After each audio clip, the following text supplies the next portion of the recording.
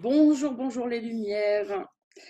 Alors, aujourd'hui, donc comme prévu, nous lisons le chapitre 30 qui s'appelle Le nouveau commencement et qui va démarrer par les règles pour la décision. Donc, on va voir si on peut lire ce chapitre en entier sans trop faire d'arrêt, pour stabiloter quelques phrases importantes. Pour tous ceux qui donc vont écouter cette vidéo, cet enregistrement, je ne vais pas faire trop d'arrêt parce qu'on va recevoir l'information. Dimanche prochain, il n'y a pas de lecture puisqu'il y a un week-end d'éveil prévu avec un groupe de travail. Et comme je l'ai dit, enfin je ne sais plus si je l'ai dit en direct ou pas d'ailleurs, je vais le dire, le week-end de Pâques, donc vendredi, à partir de vendredi saint, vendredi, samedi, dimanche et lundi de Pâques, les 4 jours, il y aura 4 lectures. Et ça sera à ce moment-là qu'on prendra tout le temps pour décortiquer les règles pour la décision et le reste du chapitre, si nécessaire. Ok. Alors c'est parti, page 671. Chapitre 30, le nouveau commencement. Introduction. Le nouveau commencement devient maintenant le point de mire du curriculum. Le curriculum, je le rappelle, c'est le programme d'études que nous décidons de suivre quand on lit le cours en miracle, le programme d'études pour apprendre à ne plus penser par nous-mêmes, à rendre notre esprit à Dieu et à recevoir uniquement les pensées saintes de notre vrai soi, qui est le Saint-Esprit. Donc, le nouveau commencement devient maintenant le point de mire du curriculum. Le son est à fond. Ouais. Le but est clair, mais maintenant tu as besoin de méthodes concrètes pour l'atteindre, ce but. La rapidité avec laquelle il peut être atteint dépend uniquement de cette seule chose, ton désir de t'exercer à chaque étape.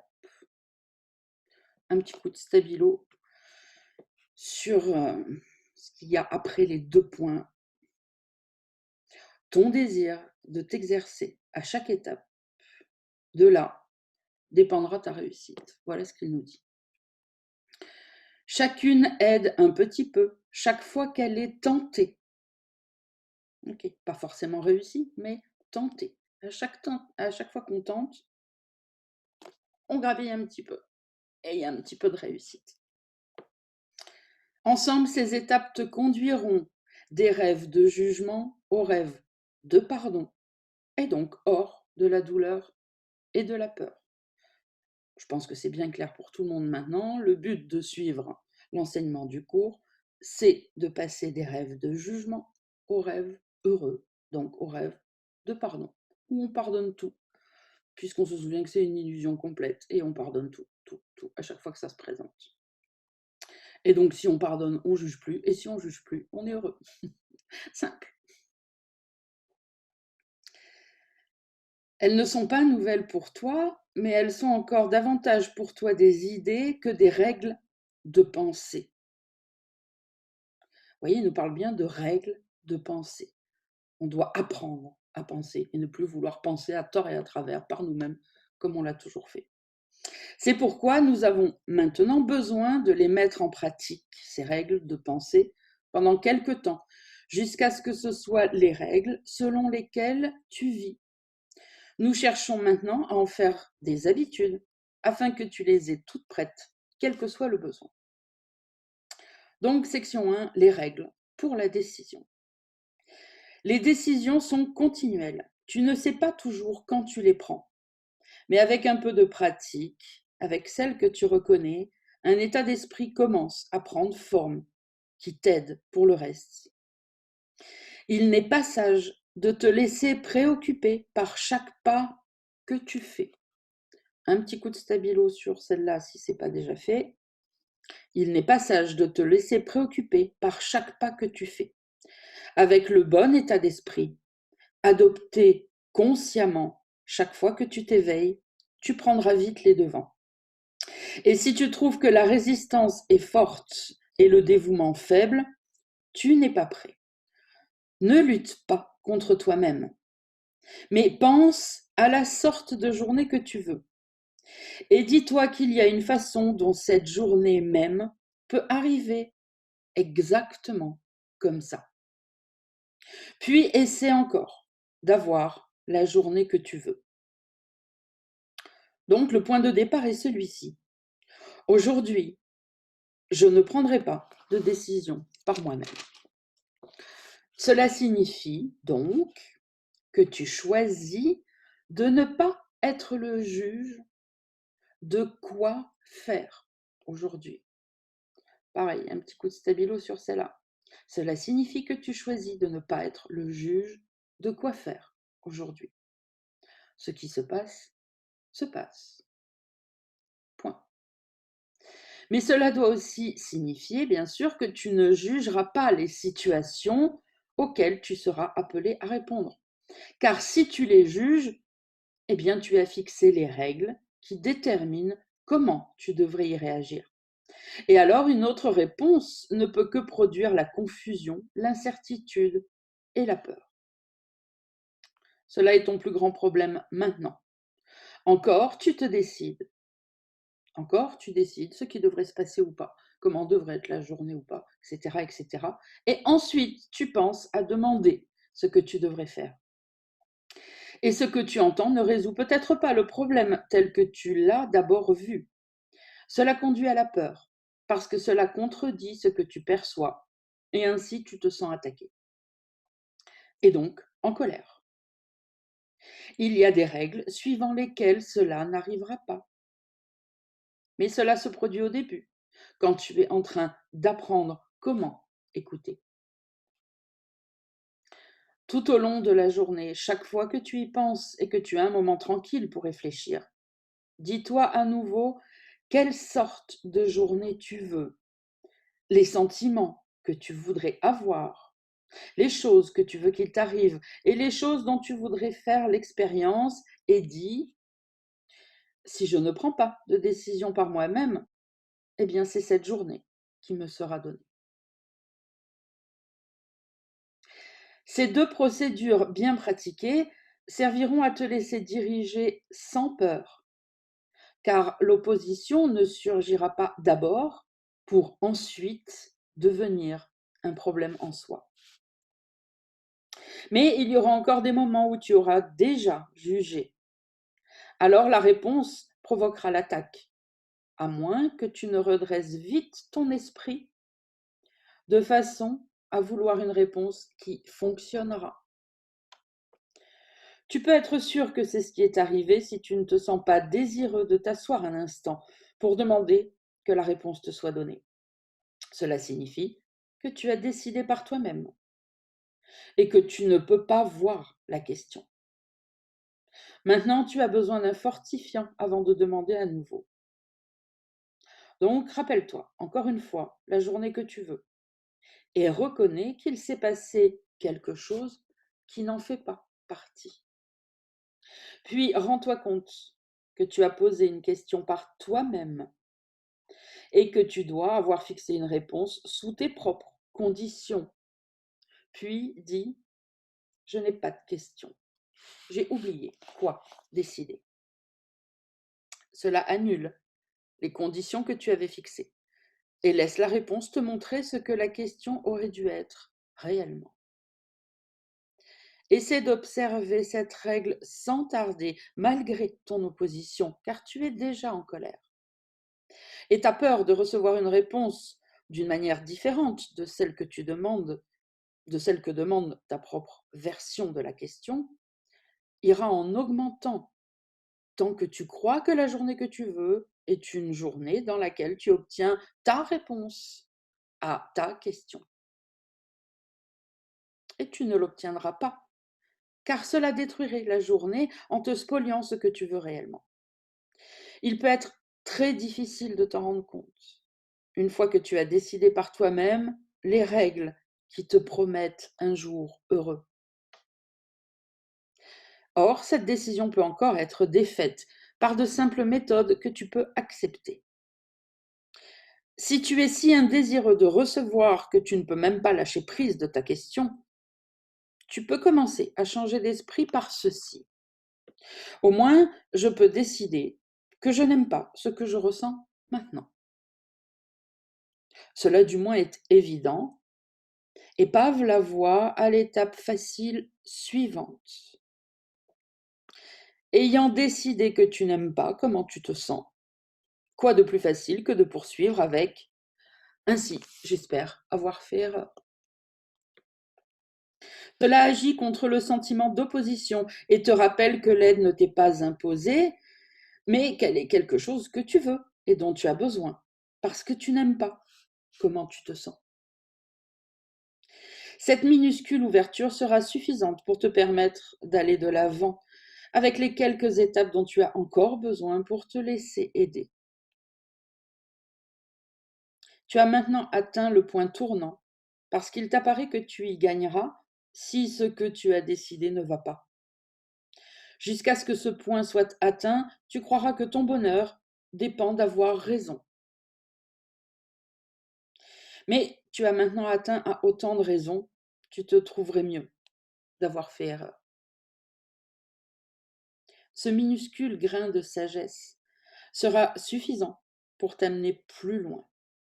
Il n'y a pas de contrainte, mais tu espères simplement obtenir une chose que tu veux. Et tu peux donc dire en toute honnêteté, je veux une autre façon de voir cela. Maintenant, tu as changé d'esprit au sujet de la journée et tu t'es souvenu de ce que tu veux réellement. Son but n'est plus obscurci par l'insane croyance que tu la veux dans le but d'avoir raison quand tu fais erreur. Ainsi, tu prends conscience d'être prêt à demander, car tu ne peux pas être en conflit quand tu demandes ce que tu veux et quand tu vois que c'est cela que tu demandes. Cette dernière étape est la simple admission d'une absence d'opposition à être aidé.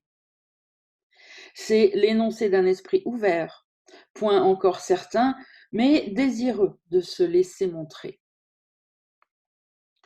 Peut-être y a-t-il une autre façon de voir cela. Que puis-je perdre en demandant? Ainsi, tu peux maintenant poser une question qui a du sens et dont la réponse aura aussi du sens.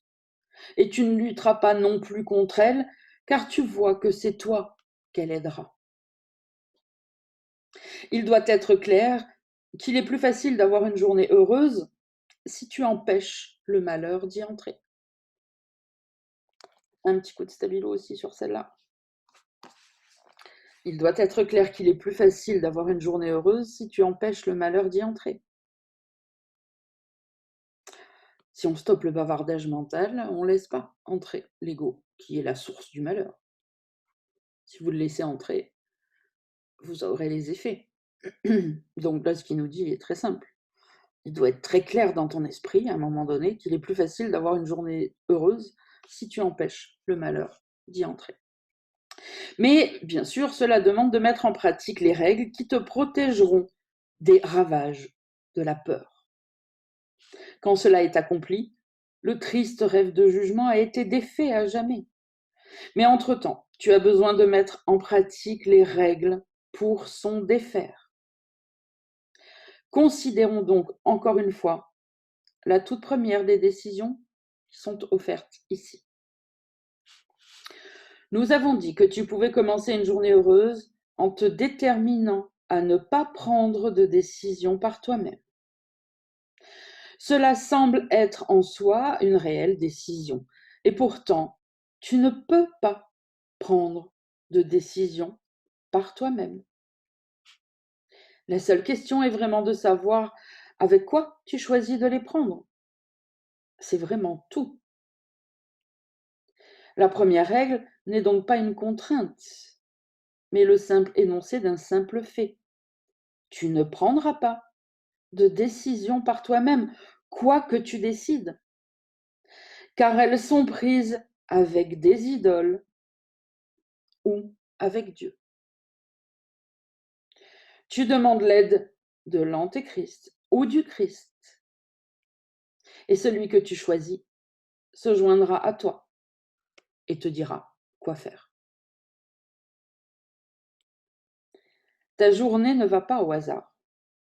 Elle est déterminée par ce avec quoi tu choisis de la vivre et par la façon dont l'ami duquel tu as pris conseil perçoit ton bonheur. Tu demandes toujours conseil avant de pouvoir décider quoi que ce soit. Que cela soit bien compris.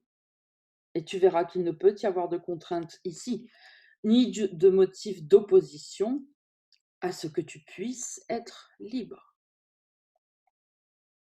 Il n'y a pas de délivrance de ce qui doit arriver. Et si tu penses qu'il y en a, tu dois faire erreur.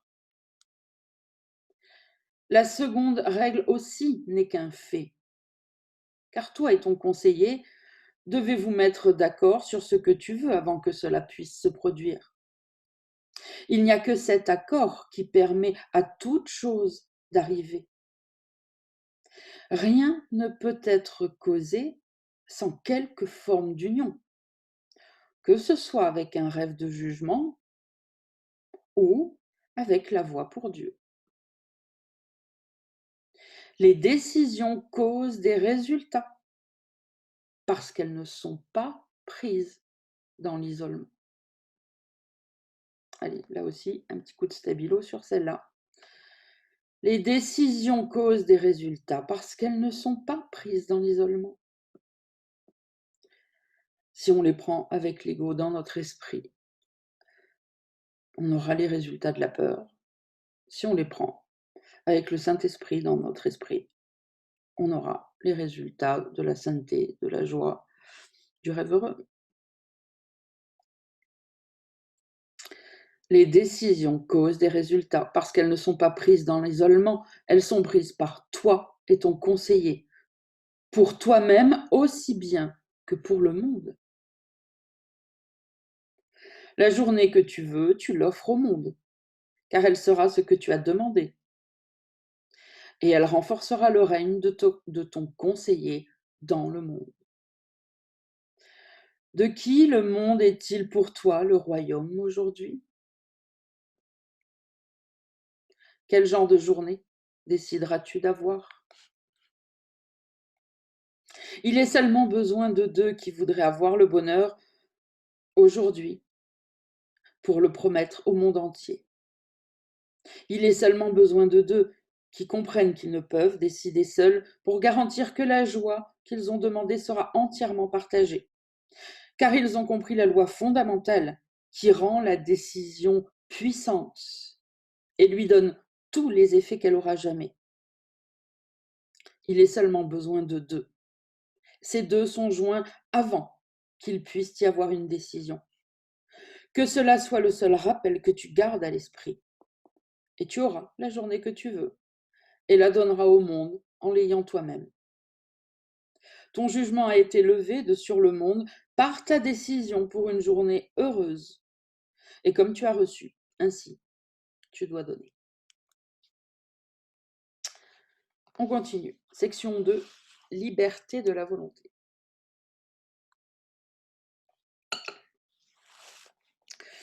Ne comprends-tu pas que t'opposer au Saint-Esprit, c'est lutter contre toi-même? Un gros coup de stabilo pour tout, everybody dans le groupe, dans la team. Ne comprends-tu pas que t'opposer au Saint-Esprit, c'est lutter contre toi-même? Il ne fait que te dire ta volonté. Il parle pour toi. En sa divinité n'est que la tienne. Et tout ce qu'il connaît n'est que ta connaissance, sauvée pour toi, afin que tu puisses faire ta volonté par lui. Dieu demande que tu fasses ta volonté. Il se joint à toi. Il n'a pas établi seul son royaume. Et le ciel même ne fait que représenter ta volonté, où tout ce qui a été créé est pour toi. Il n'est pas une étincelle de vie qui n'ait été créée avec ton joyeux consentement. et telle que tu la voulais. Et il n'est pas une pensée de Dieu, et il n'est pas une pensée que Dieu ait jamais eue, qui n'ait attendu ta bénédiction pour naître.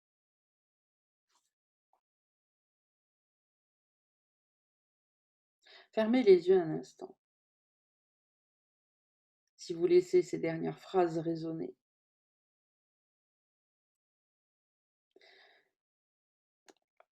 Il parle de vous, il parle de nous, il parle de vous. Il n'est pas une étincelle de vie qui n'ait été créée avec ton joyeux consentement et telle que tu la voulais. Il n'est pas une pensée que Dieu ait jamais eue qui n'ait attendu ta bénédiction pour naître. Cette personne dont il parle, est-ce que vous croyez vraiment que c'est celle que vous croyez être? Est-ce que vous croyez vraiment que la création a été créée par Magali, Marie-Micheline, Sandra, Solène, Franck, etc. Vous voyez bien que là, il parle de vous et que vous êtes complètement trompé sur qui vous êtes. Vous n'êtes pas identifié du tout à cette personne-là dont il est question. C'est pour ça que ça fait même bizarre la première fois qu'on lit ça. Parce qu'évidemment que c'est pas Magali, que c'est pas Solène, que c'est pas Sandrine qui s'est joint à Dieu pour créer quoi que ce soit. Vous pouvez commencer à vous décoller, à voir que cette personne pour qui vous vous prenez n'a rien à voir avec le Fils de Dieu là dont il est question. Tellement loin, tellement loin, tellement une pauvre petite chose, et vous croyez être ça.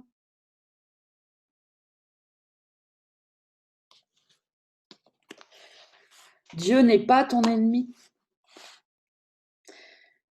Il ne demande pas plus que de t'entendre l'appeler ami. Comme il est merveilleux de faire ta volonté, car cela est la liberté. Rien d'autre ne devrait jamais être appelé du nom de liberté, car à moins de faire ta volonté, tu n'es pas libre. Et Dieu laisserait-il son Fils sans ce qu'il a choisi pour lui-même? Dieu ne fait que garantir que jamais tu ne perdrais ta volonté lorsqu'il t'a donné sa parfaite réponse. Pardonne tes illusions. Entends-la maintenant, cette réponse, pour que son amour soit rappelé à ton souvenir et que tu apprennes ta volonté. Dieu ne voudrait pas que son Fils soit fait prisonnier de ce qu'il ne veut pas. Et il se joint à toi pour vouloir que tu sois libre. T'opposer à lui, c'est faire un choix contre toi-même et choisir d'être lié. Regarde encore une fois ton ennemi, celui que tu as choisi de haïr au lieu d'aimer, car ainsi la haine est née dans le monde, et ainsi le règne de la peur y a été établi. Maintenant, entends Dieu te parler par celui qui est sa voix, aussi bien que la tienne, te rappelant que ce n'est pas ta volonté de haïr et d'être un prisonnier de la peur, un esclave de la mort, une petite créature avec une petite vie. Ta volonté est illimitée. Ce n'est pas ta volonté qu'elle soit liée et limitée. Ce qui réside en toi s'est joint à Dieu lui-même en la naissance de toute création.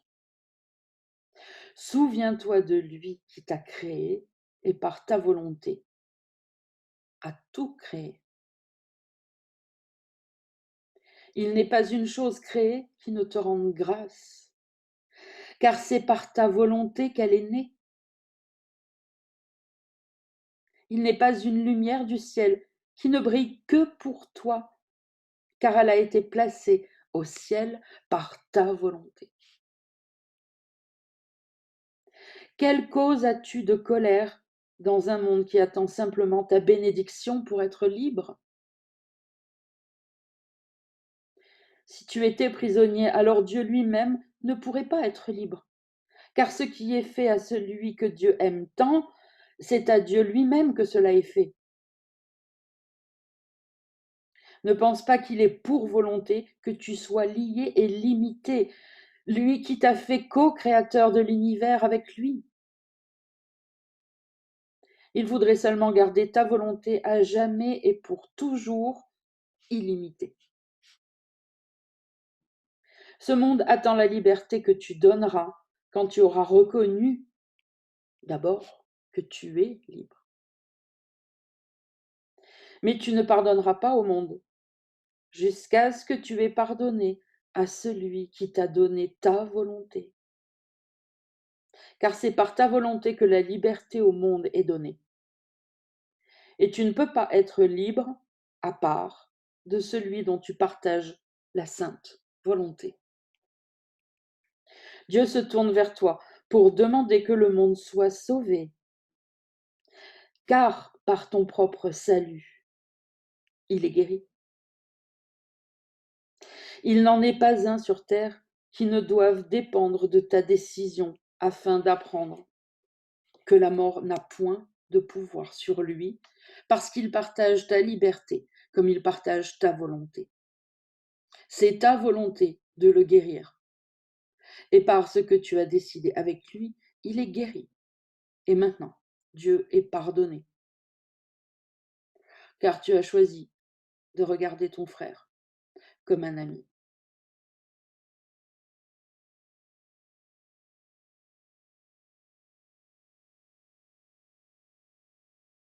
Je pense que votre esprit n'arrive même pas à concevoir. Si c'est le cas, tant mieux. Mais en règle générale, la grandeur de ce que vous êtes, qui a été dit merveilleusement dans ce chapitre. Si vous pensez à Jésus, vous pouvez imaginer que oui, il est ça, il est grand, mais pas vous. C'est là le problème. Arrêtez de croire que vous savez qui vous êtes, où vous êtes, qu'est-ce qui se passe, qu'est-ce qui est bien, qu'est-ce qui est pas bien. Vous ignorez tout. Laissez le Saint-Esprit vous le rappeler comme il vient de le faire là. Il suffirait d'accepter cette vérité pour que tout change. Au lieu d'insister pour dire non, c'est pas encore là, c'est pas encore maintenant, je suis pas encore digne, je suis encore ceci, je suis encore cela.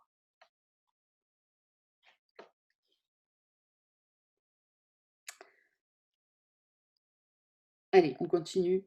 Section 3, au-delà de toutes les idoles. Les idoles sont tout à fait concrètes, mais ta volonté est universelle, étant illimitée. Ainsi, elle n'a pas de forme, pas plus qu'elle ne se contente de s'exprimer en termes de forme. Les idoles sont des limites. Elles sont la croyance qu'il y a des formes qui t'apporteront le bonheur et que, en limitant, tout est atteint.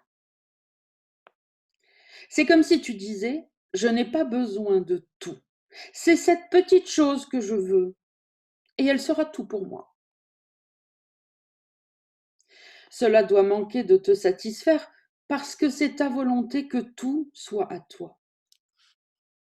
Décide-toi pour les idoles et tu demandes la perte. Décide-toi pour la vérité et tout est à toi.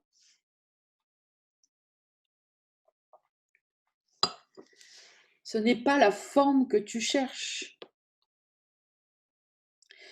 Quelle forme peut être un substitut à l'amour de Dieu le Père? Quelle forme peut prendre la place de tout l'amour dans la divinité de Dieu le Fils?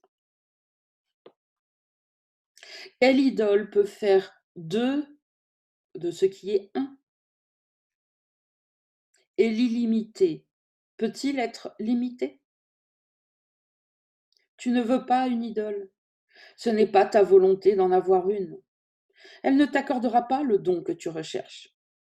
Quand tu décides la forme de ce que tu veux, tu perds la compréhension de son but. Alors tu vois ta volonté dans l'idole, la réduisant ainsi à une forme concrète. Or, cela ne pourra jamais être ta volonté. Parce que ce qui a part en toute création, ce qui participe en toute création, ne peut pas être satisfait de petites idées et de petites choses. Je fais juste une petite parenthèse pour les lumières du groupe. Est-ce que vous arrivez mieux à comprendre quand je vous dis de chercher ce que vous voulez vraiment, cet exercice-là qu'on a fait depuis un moment, puisqu'on a même fait un atelier dessus un samedi. C'est exactement là, de toute façon là on arrive à la fin, il y a tout qui se regroupe dans les derniers chapitres. Vous ne voulez pas la voiture, le boulot, la journée à Euro Disney ou je ne sais quoi. Ce que vous voulez, c'est ce qu'il y a derrière. Vous ne pouvez pas vouloir une forme. Il n'y a que celui qui est endormi qui croit qu'une forme va apporter quelque chose. Mais en fait, ce que vous voulez, c'est ce qu'il y a derrière, comme on l'a vu le jour de cet atelier et depuis à chaque fois qu'on fait les exercices sur le groupe. Ce que vous voulez, c'est ce que vous croyez que cette chose va vous apporter, le sentiment. La joie, se sentir en sécurité parce qu'on a de l'argent, par exemple. La joie parce qu'on est ensemble avec plein de personnes qu'on aime. Ce que vous cherchez, c'est pas être avec plein de personnes, c'est pas avoir de l'argent sur le compte. En fait, ce que vous cherchez, vraiment, c'est ce que vous croyez que cette chose va vous apporter. Ok ? C'est exactement ce qu'il est en train de nous dire là. Et donc, jusqu'à présent, l'exercice était, une fois que vous avez découvert ce que vous voulez vraiment, derrière la forme que vous dites vouloir, demandez au Saint-Esprit comment l'obtenir. Et là, il y a des réponses déjà qui viennent. Encore une fois, on le décortiquera à Pâques, mais comprenez, si vous n'aviez pas fait le lien, que c'est de ça aussi dont il est question. Tout ça est dans les règles pour la décision. C'est une compréhension globale, en fait. D'ailleurs, je relis le paragraphe 2 et j'enchaîne, puisque, voilà, c'est vraiment de ça dont il est question. Ce n'est pas la forme que tu cherches. C'est pas le boulot, c'est pas l'argent, c'est pas etc. Ce n'est pas la forme que tu cherches. Quelle forme peut être un substitut à l'amour de Dieu le Père? Quelle forme peut prendre la place de tout l'amour dans la divinité de Dieu le Fils? Quelle idole peut faire d'eux ce qui est un? Et les limiter peut-il être limité? Tu ne veux pas une idole, tu ne veux pas la forme, et ce n'est pas ta volonté d'en avoir une, car elle ne t'accordera pas le don que tu cherches. Quand tu décides la forme de ce que tu veux, tu perds la compréhension de son but. Alors tu vois ta volonté dans l'idole, je veux la voiture, je veux le boulot. Et tu la réduis ainsi à une forme concrète, cette volonté. Or, cela ne pourra jamais être ta volonté parce que ce qui a part, ce qui participe, je le redis, en toute la création, comme ça nous a été dit avant, toi, ne peut pas être satisfait de petites idées et de petites choses. Derrière la quête de chaque idole se cache une soif de complétude. L'entièreté n'a pas de forme parce qu'elle est illimitée. Cherche une personne particulière ou une chose pour l'ajouter à toi et te rendre complet peut seulement signifier que tu crois qu'il te manque une forme quelconque. Chercher une personne particulière ou une chose pour l'ajouter à toi et te rendre complet peut seulement signifier que tu crois qu'il te manque une forme quelconque et qu'en la trouvant, tu atteindras la complétude sous une forme qui te plaît. Voilà le but d'une idole, que tu ne regardes pas au-delà d'elle vers la source de la croyance que tu es incomplet et qu'il faut pourtant voir pour pouvoir se la pardonner, cette croyance. Il ne pourrait en être ainsi que si tu avais péché, car le péché est l'idée que tu es seul et coupé de ce qui est entier. Et ainsi, il serait nécessaire que la quête d'entièreté se fasse au-delà des frontières de tes propres limitations. Ce n'est jamais l'idole que tu veux, mais ce que tu penses qu'elle t'offre. Cela, certes, tu le veux, et tu es en droit de le demander. Cette phrase résume parfaitement l'atelier en question. On la stabilote. Tout est dit dedans. Tu ne cherches pas la voiture, le boulot, le conjoint, la famille, les vacances, le déménagement.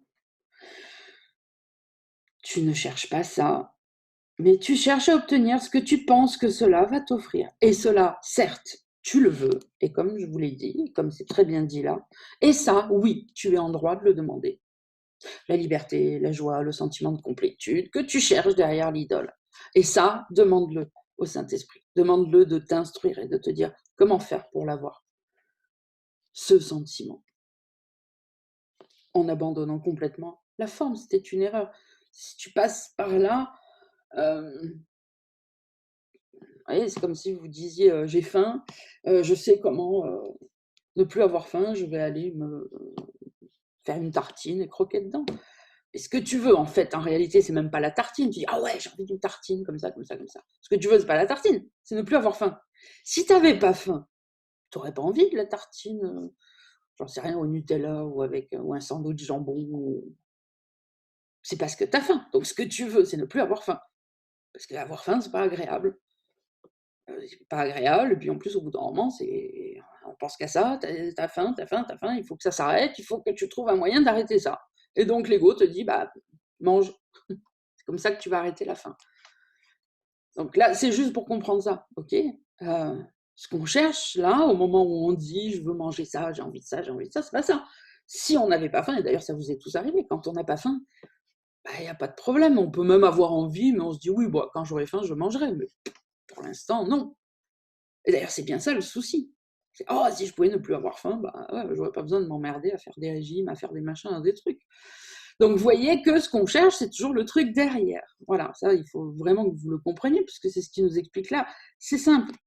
Je vais même pas parler de la suite, parce que je veux lire le chapitre, mais là, c'est un truc très, très, très simple. Voilà, on a faim, on cherche à ne plus avoir faim. En faisant ce qui nous paraît évident pour ça, en se demandant même pas s'il y a un autre moyen, en fait.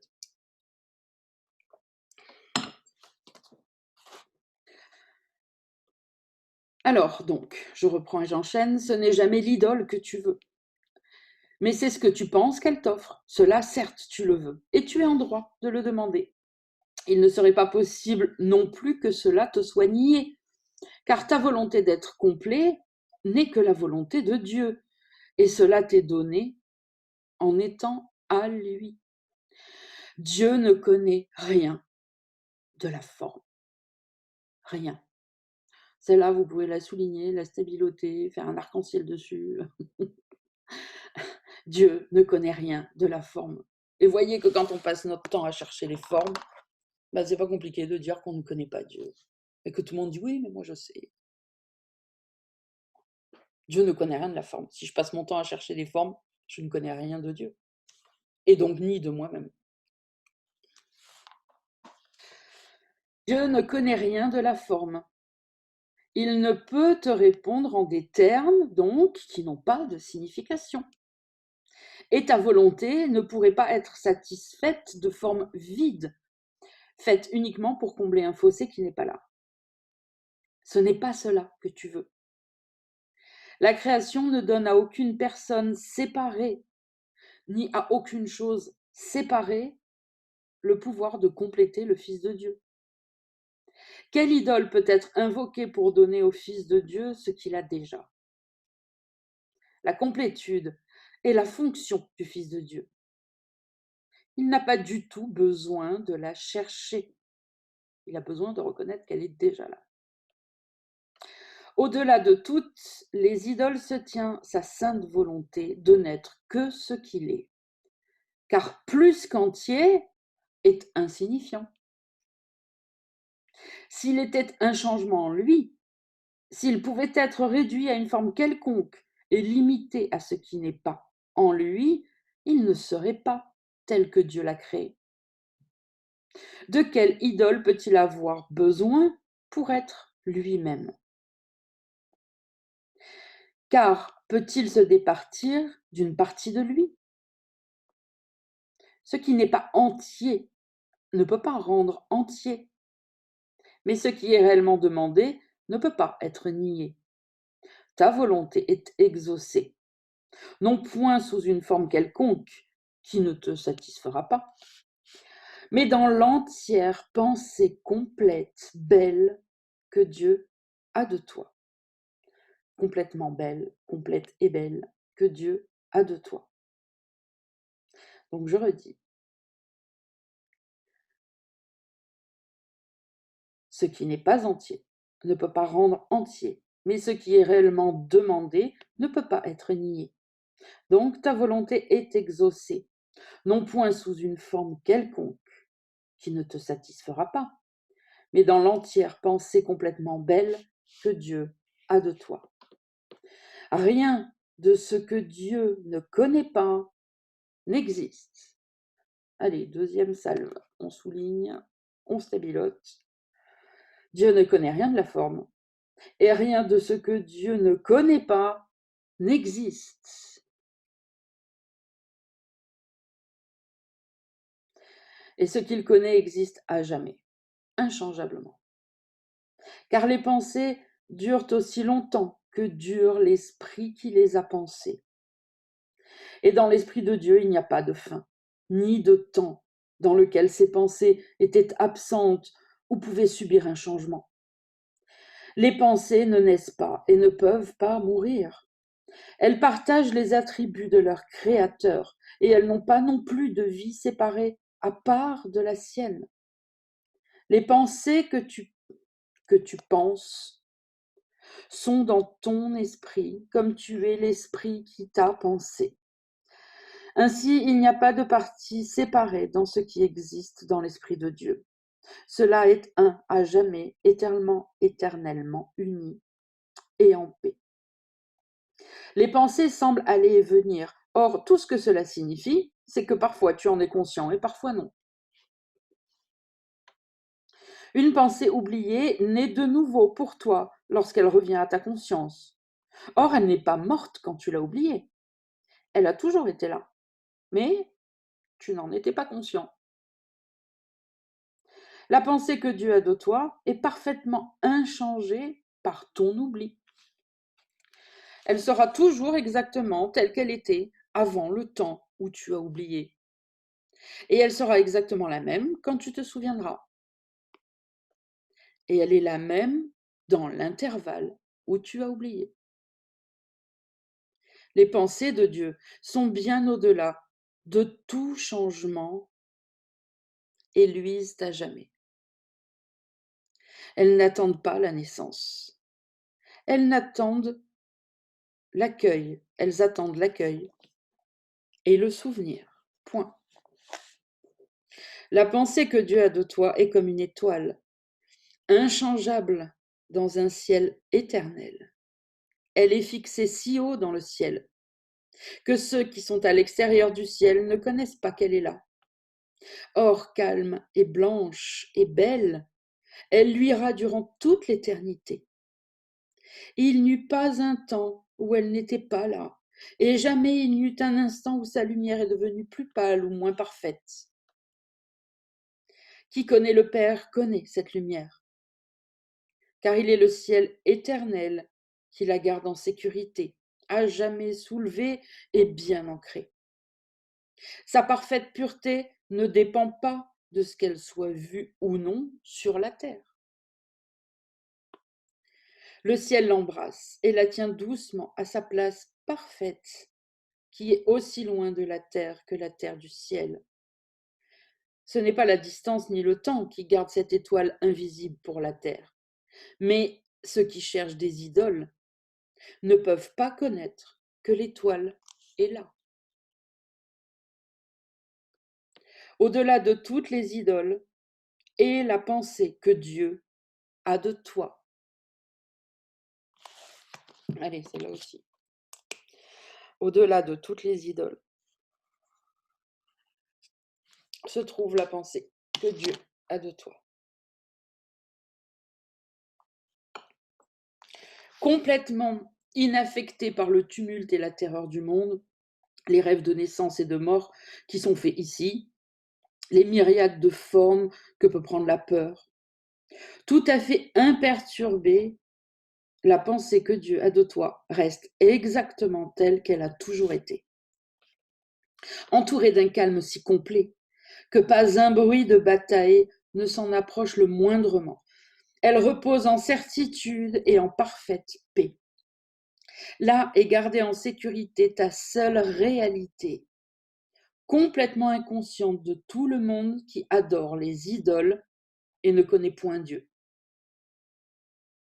En parfaite sûreté de son inchangeabilité et de son repos en sa demeure éternelle, la pensée que Dieu a de toi n'a jamais quitté l'esprit de son Créateur, qu'elle connaît comme son Créateur connaît qu'elle est là. Où pourrait exister la pensée que Dieu a de toi, sinon là où tu es? Ta réalité est-elle une chose à part de toi et dans un monde dont ta réalité ne connaît rien? À l'extérieur de toi, il n'y a pas de ciel éternel, pas d'étoiles inchangeables et pas de réalité. Au ciel est l'esprit du Fils du ciel, car là, l'esprit du Père et du Fils se sont joints en une création qui ne peut avoir de fin. Tu n'as pas deux réalités, mais une seule. Et tu ne peux pas non plus avoir conscience de plus d'une à la fois. Une idole, ou bien la pensée que Dieu a de toi est ta réalité. N'oublie pas donc que les idoles doivent garder caché ce que tu es, non pas à l'esprit de Dieu, bien sûr, mais au tien d'esprit. L'étoile luit encore.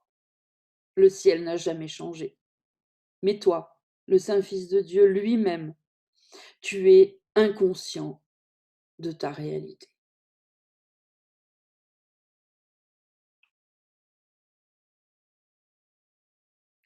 On continue. La vérité derrière les illusions. Section 4. Tu attaqueras ce qui ne satisfait pas. Ainsi, tu ne verras pas que tu l'as toi-même inventé.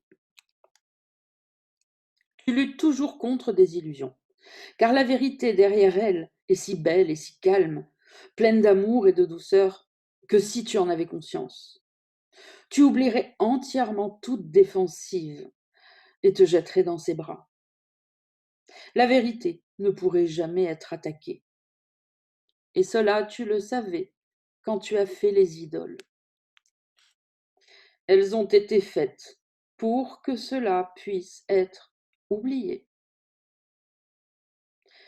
Tu n'attaques que des idées fausses et jamais les vraies. Toutes les idoles sont des idées fausses que tu as faites pour combler le fossé que tu penses qui a surgi entre toi et ce qui est vrai. Et tu les attaques pour les choses que tu penses qu'elles représentent. Ce qui est au-delà d'elles ne peut pas être attaqué. Ces dieux lassants et insatisfaisants que tu as faits sont des jouets d'enfants gonflés. Un enfant est effrayé lorsqu'une tête de bois jaillit d'une boîte fermée qui s'ouvre soudainement, ou lorsqu'un ours en peluche, doux et silencieux, se met à geindre quand il s'en empare. Les règles qu'il avait faites pour les boîtes et pour les ours l'ont déçu et ont brisé son contrôle de ce qui l'entoure.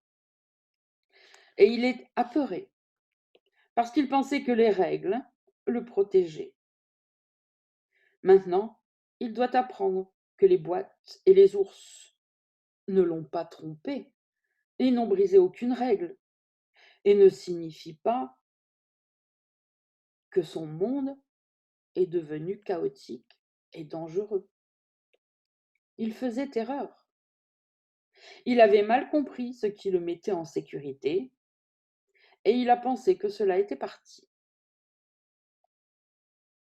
Le fossé qui n'est pas là est rempli de jouets, sous d'innombrables formes, et chacun semble briser les règles que tu fixes pour lui. Il n'a jamais été la chose que tu pensais. Il doit sembler briser tes règles de sécurité, puisque les règles étaient fausses. Mais tu n'es pas en danger. Tu peux rire des têtes qui jaillissent et des jouets qui geignent, comme le fait l'enfant qui apprend qu'ils ne sont pas une menace pour lui. Or, tant qu'il aime à jouer avec eux, il les perçoit encore comme obéissant à des règles qu'il a faites pour son plaisir.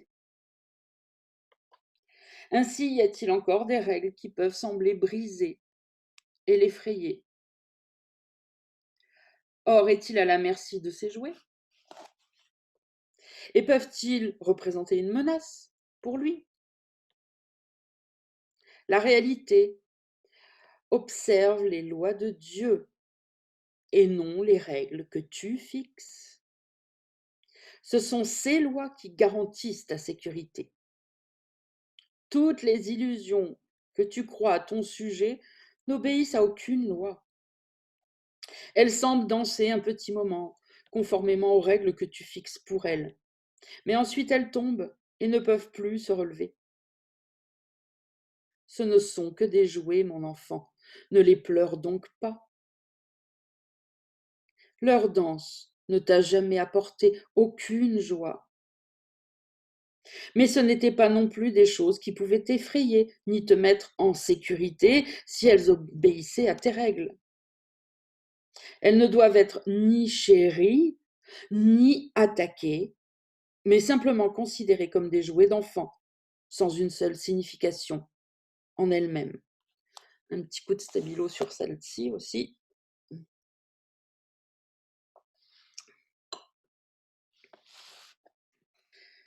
Elles ne doivent être ni chéries, ni attaquées. Ça, c'est un truc qui a du mal à être compris par l'ego au début. Enfin, au début, pendant un long début. C'est que l'ego spirituel veut toujours, voilà, il voudrait se mettre à aimer ce qu'il attaquait avant. C'est la définition parfaite de l'ego spirituel. Voilà, de l'ego qui croit à la spiritualité dans le monde. C'est arrêter de mal juger pour bien juger. Et c'est de là d'où sort l'idée que j'ai entendue plein de fois à l'époque. Ah, ben puisque je ne suis qu'amour, je vais me mettre à aimer l'ego. Voilà, pauvre petit ego. Il est méchant, mais c'est parce que non. Allez, il a été aussi créé par Dieu et je vais l'aimer. Non. Là, il est bien dit que elles ne doivent être ni chéries, ni attaquées, ni l'un ni l'autre, mais simplement considérées comme des jouets d'enfants, sans une seule signification en elles-mêmes. Vois-en une en elles de signification, et tu les verras toutes. Tu les verras toutes. N'en vois aucune en elles et elles ne te toucheront pas. Les apparences trompent parce que ce sont des apparences et non la réalité. Ne t'y attarde pas sous quelque forme que ce soit. Elles ne font qu'obscurcir la réalité et elles apportent la peur parce qu'elles cachent la vérité. N'attaque pas ce que tu as fait pour te laisser tromper, car tu prouves ainsi que tu as été trompé. Logique. L'attaque a le pouvoir de rendre les illusions réelles. Allez, celle-là aussi, bon, moi, c'est déjà fait, mais l'attaque a le pouvoir de rendre les illusions réelles. Or, ce qu'elle fait n'est rien.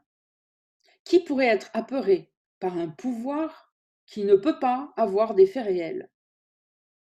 Qu'est-ce que cela pourrait être sauf une illusion qui fait paraître les choses semblables à elle?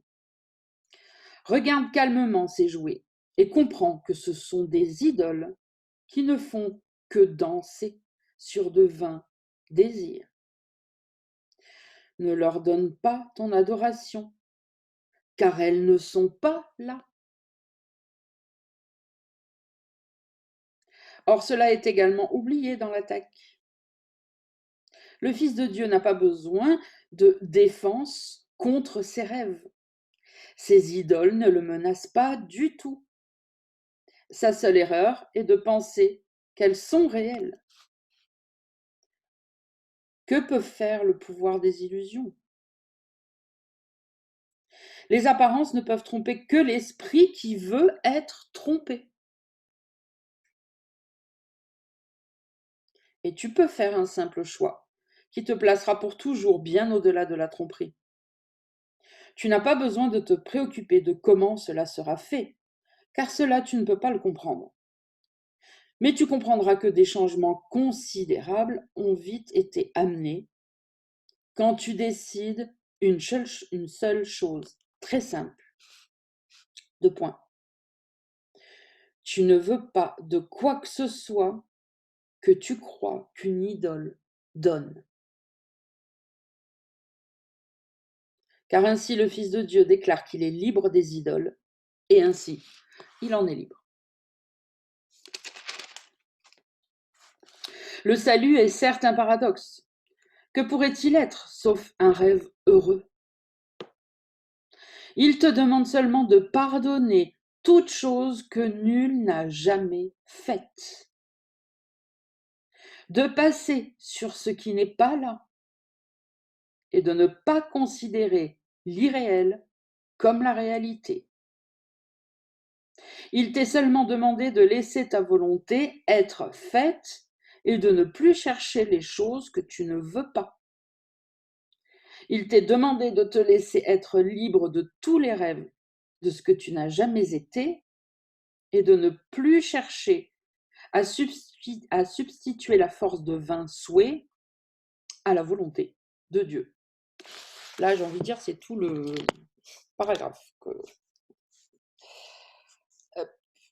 qu'on peut surligner.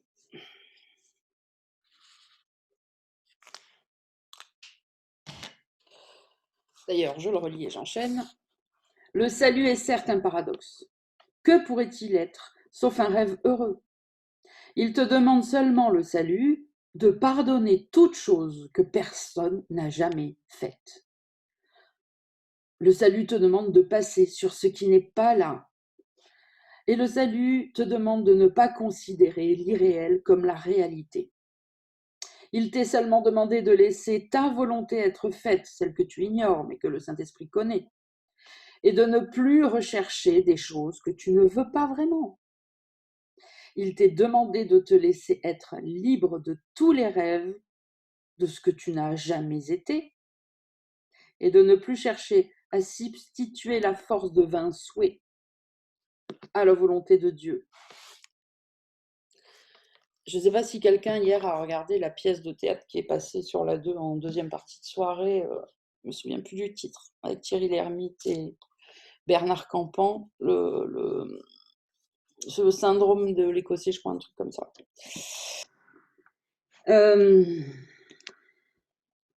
Parce qu'il y avait plein d'enseignements dedans. D'ailleurs, si elle est en replay, n'hésitez pas, allez-y. Elle avait déjà été diffusée, là, en ce moment, ils nous mettent, ils comblent les programmes qui ne peuvent plus avoir lieu, donc ils nous mettent mais bon, c'est très bien.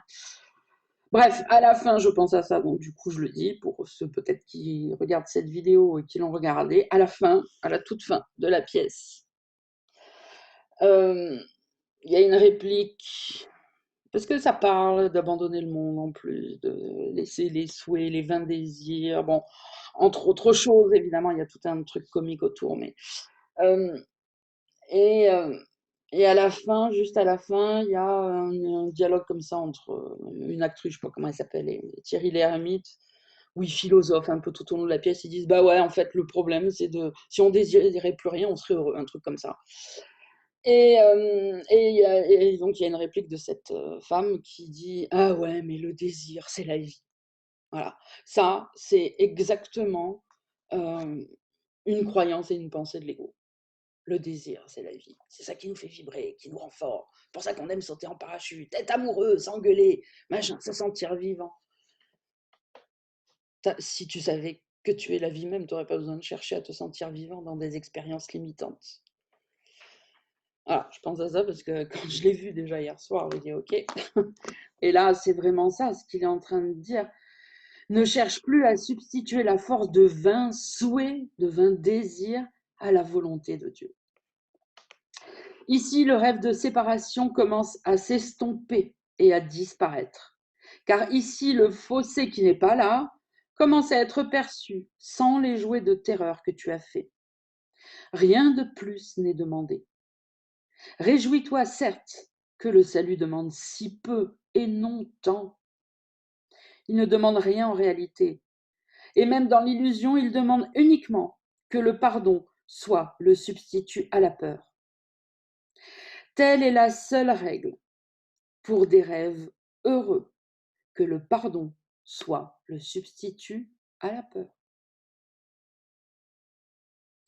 Le fossé est vidé des jouets de la peur et alors son irréalité est claire. Les rêves sont pour rien et le Fils de Dieu ne peut en avoir besoin. Il ne lui offre pas une seule chose qu'il pourrait jamais vouloir. Il est délivré des illusions par sa volonté et simplement rendu à ce qu'il est. Que pourrait être le plan de Dieu pour son salut, sauf un moyen de le donner à lui-même?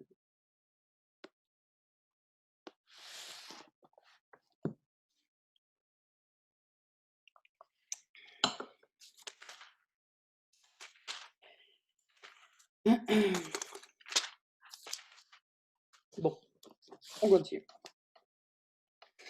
Le seul but. Section 5.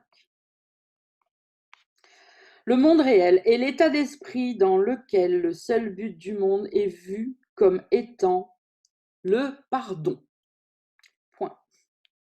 La peur n'en est pas le but, car l'évasion hors de la culpabilité en devient le but. Regardez, l'évasion hors de la culpabilité, ça vous parle?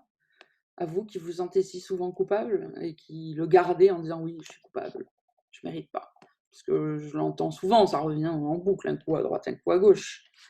Et pourtant, ce n'est pas la première fois que cette que cette tournure de phrase est utilisée depuis le début du cours. L'évasion hors de la peur, l'évasion hors de la culpabilité, c'est le but du salut, c'est le but de votre pratique. Donc vous voyez bien, quand vous pensez que vous pratiquez alors que vous tenez absolument à rester accroché à votre culpabilité, vous pratiquez rien du tout en fait. La valeur du pardon est perçue et prend la place des idoles qui ne sont plus recherchées car leurs dons ne sont plus chéris. Aucune règle n'est vainement fixée et rien n'est exigé de qui ou de quoi que ce soit pour qu'il se déforme et s'adapte aux rêves de peur. Plutôt, il y a un souhait de comprendre toutes choses créées telles qu'elles sont réellement. Et il est reconnu que toutes choses doivent d'abord être pardonnées et ensuite comprises. Oh, merci. Oh putain, j'avais oublié qu'il le disait. Je me tue à vous le dire. C'est écrit, stabilotez-le, relisez-le. D'abord, on pardonne. Il y a le feu, d'abord, on éteint le feu. Et après, on demande la compréhension si nécessaire. Si nécessaire tout de suite, parce qu'à un moment donné, la compréhension viendra, mais ça ne sert à rien de faire une fixette. Arrêtez la psychanalyse avant. Quand l'immeuble est en feu, d'abord on éteint le feu et après l'équipe de gendarmes ou de pompiers cherche le départ de feu. Je l'ai donné 1000 fois cet exemple, mais vous continuez. Donc là, c'est très clair. Il est reconnu, donc, quand on veut vraiment suivre le cours, et pas quand on dit je veux le suivre, mais je continue à penser à ma façon, ok, que toutes choses doivent d'abord être pardonnées, pas comprises, pas jugées, d'abord pardonnées, c'est-à-dire reconnues pour irréelles, et ensuite comprises. De cette acceptation, de cette pratique, dans la foi, les yeux fermés, viendra une compréhension. Il n'y a même pas besoin de faire d'introspection dans ces moments-là, puisque ça vient.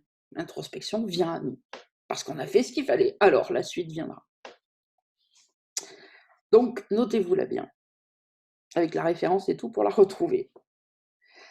Ici, on pense que la compréhension s'acquiert par l'attaque. Là, il est clair que par l'attaque, la compréhension est perdue. La folie, qu'est la poursuite de la culpabilité comme but, est pleinement reconnue. Et les idoles ne sont pas désirées là, car il est compris que la culpabilité est l'unique cause de la douleur sous n'importe quelle forme.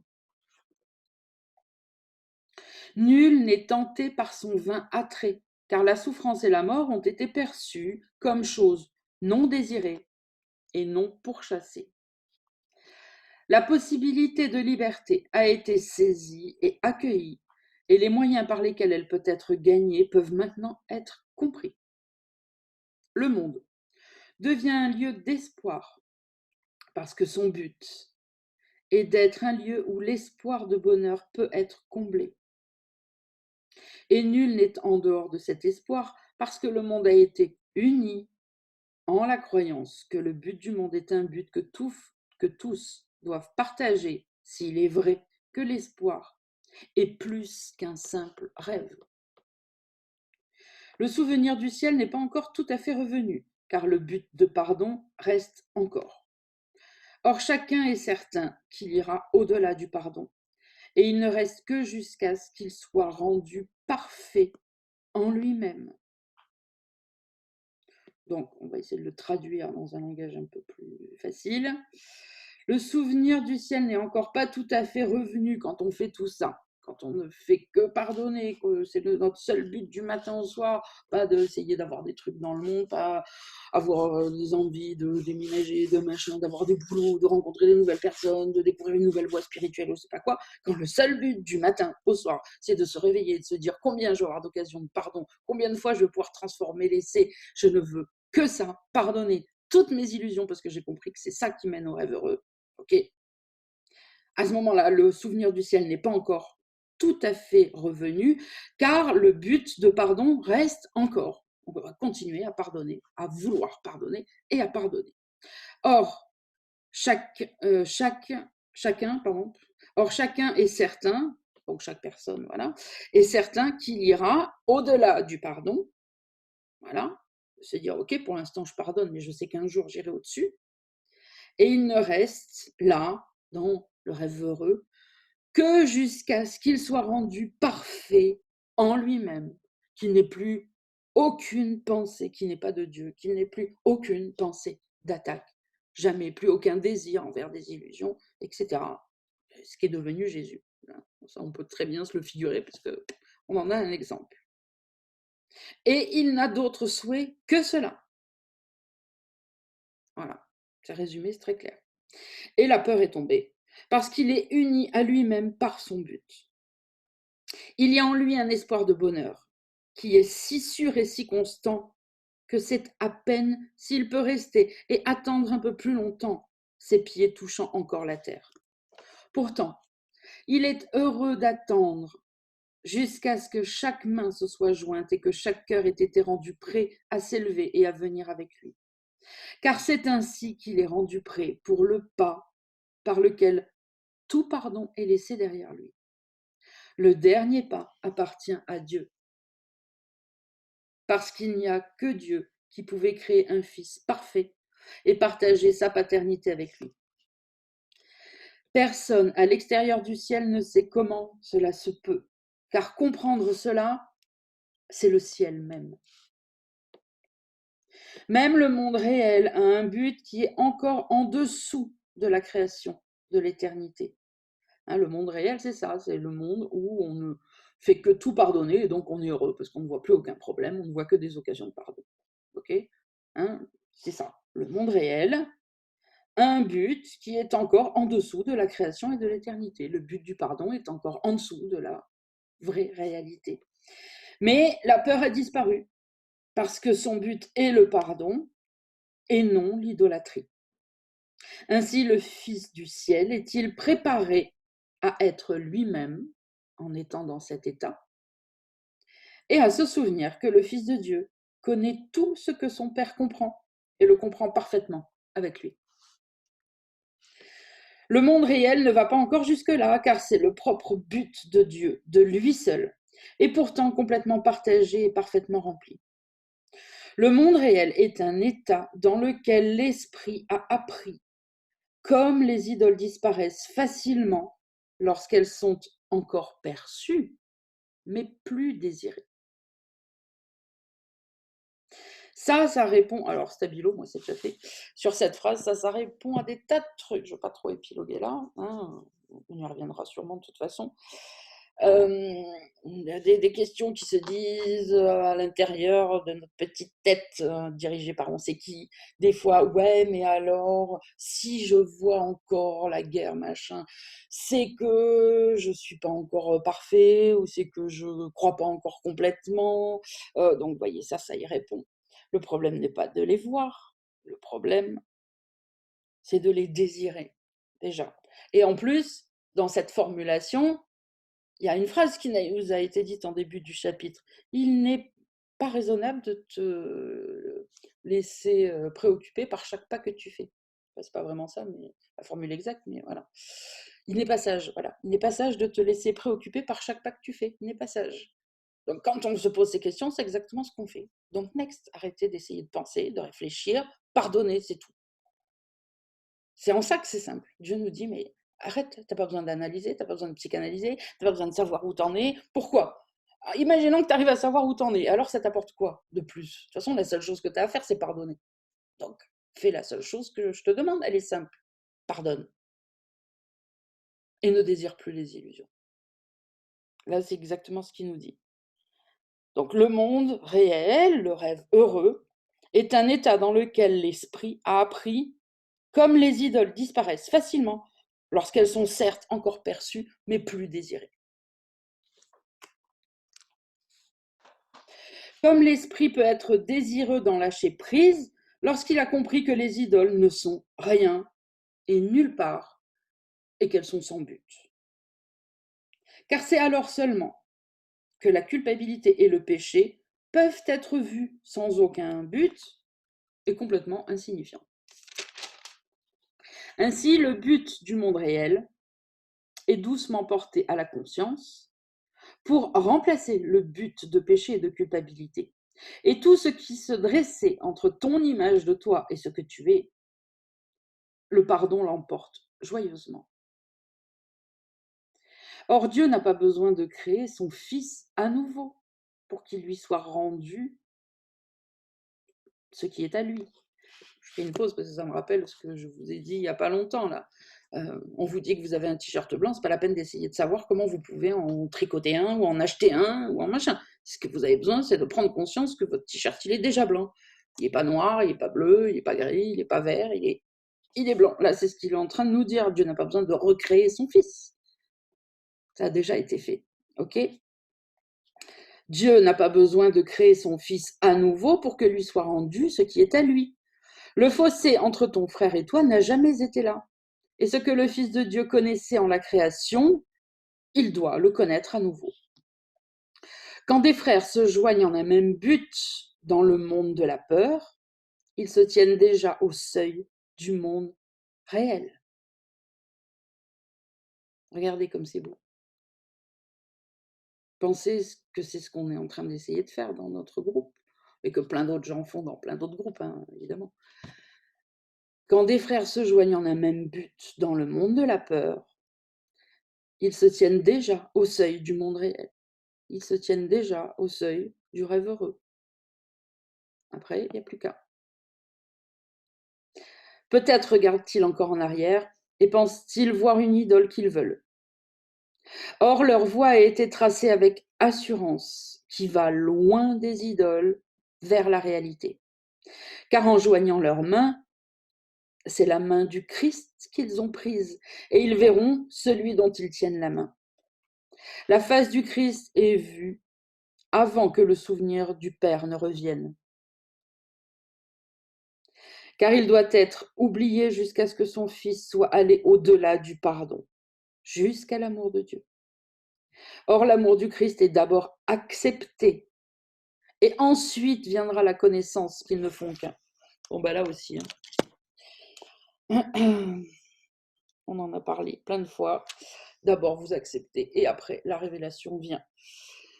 Donc, l'amour du Christ est d'abord accepté. Et ensuite viendra l'expérience, puisque la connaissance n'est qu'une expérience. L'expérience, la connaissance, qu'ils ne font qu'un. Et c'est une expérience dans l'esprit, pas dans le monde, je précise. Comme le pas est léger et facile, qui traverse les étroites frontières du monde de la peur, quand tu as reconnu à qui appartient la main que tu tiens. Il y a dans ta main tout ce dont tu as besoin pour t'éloigner à jamais de la peur avec une parfaite confiance et pour continuer droit devant et atteindre rapidement les portes mêmes du ciel. Car celui dont tu tiens la main attendait seulement que tu te joignes à lui. Maintenant que tu es venu, tarderait-il à te montrer la voie dans laquelle il doit marcher avec toi? Sa bénédiction repose sur toi aussi sûrement que l'amour de son Père repose sur lui. Sa gratitude envers toi dépasse ta compréhension, car tu lui as permis de se lever sans ses chaînes et d'aller avec toi ensemble à la maison de son Père. Une haine ancienne quitte le monde. Avec elle s'en vont toute haine et toute peur. Ne regarde plus en arrière, car ce qu'il y a devant est tout ce que tu as jamais voulu dans ton cœur. Abandonne le monde, mais non pas au sacrifice. Tu ne l'as jamais voulu. Quel bonheur as-tu cherché ici qui ne t'ait apporté de la douleur? Quel moment de contentement qui n'ait été acheté à prix d'effroi en pièces de souffrance? La joie n'a pas de coût. Elle est ton droit sacré. Et ce qui se paie n'est pas le bonheur. Que l'honnêteté te donne des ailes en chemin et que tes expériences d'ici ne te trompent pas rétrospectivement. Elles n'étaient pas libres d'un coup amer et de conséquences sans joie. Ne regarde pas en arrière, sauf avec honnêteté. Et quand une idole te tente, pense à ceci. En aucun temps, aucune idole ne t'a jamais apporté autre chose que le don de culpabilité. Pas une n'a été achetée à d'autre coût que la douleur, et jamais tu n'as été seul à payer. Bon, malgré que ça soit en italique, celle-là est à surligner.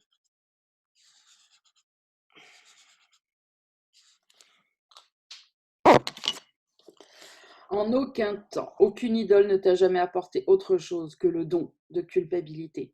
Pas une n'a été achetée à d'autre coût que la douleur, et jamais n'as-tu été seul à payer. Sois donc miséricordieux envers ton frère.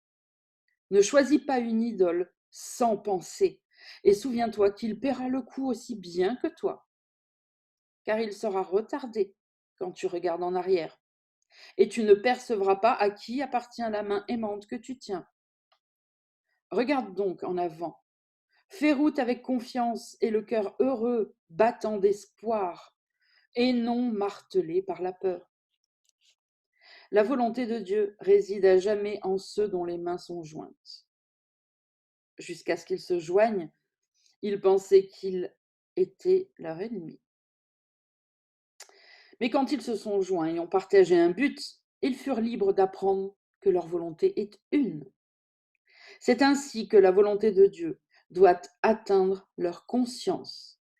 Et ils ne peuvent pas oublier très longtemps que ce n'est que la leur.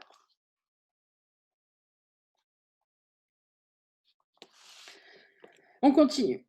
Section 6, la justification du pardon.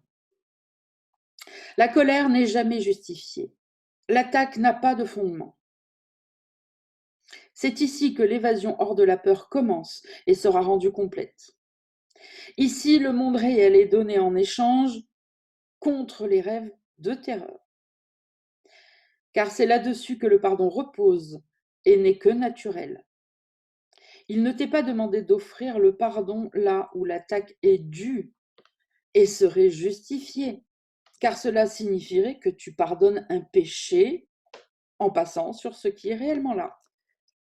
Et cela n'est pas le pardon, car cela supposerait qu'en répondant d'une façon qui n'est pas justifiée, ton pardon deviendra la réponse à l'attaque qui a été faite. Et ainsi le pardon est inapproprié, étant accordé là où il n'est pas dû. Le pardon est toujours justifié. Il a un fondement sûr. Tu ne pardonnes pas l'impardonnable, pas plus que tu ne passes sur une attaque réelle qui appelle une punition. J'en avais parlé de ça il y a longtemps dans une lecture du dimanche, donc on va le remettre un peu au goût du jour pour ceux qui ont tout suivi depuis le début. Vous devez vous en souvenir, à 2-3 reprises, je l'avais dit. Ne confondez pas le pardon, le faux pardon, le pardon pour détruire avec le vrai pardon, parce que qui peut pardonner à un homme d'avoir violé sa petite fille de 2 ans? C'est impardonnable. Qui peut pardonner à un terroriste d'avoir s'être fait exploser en plein milieu voilà, de Bercy et d'avoir tué je ne sais pas combien de personnes contient cette salle? C'est impardonnable.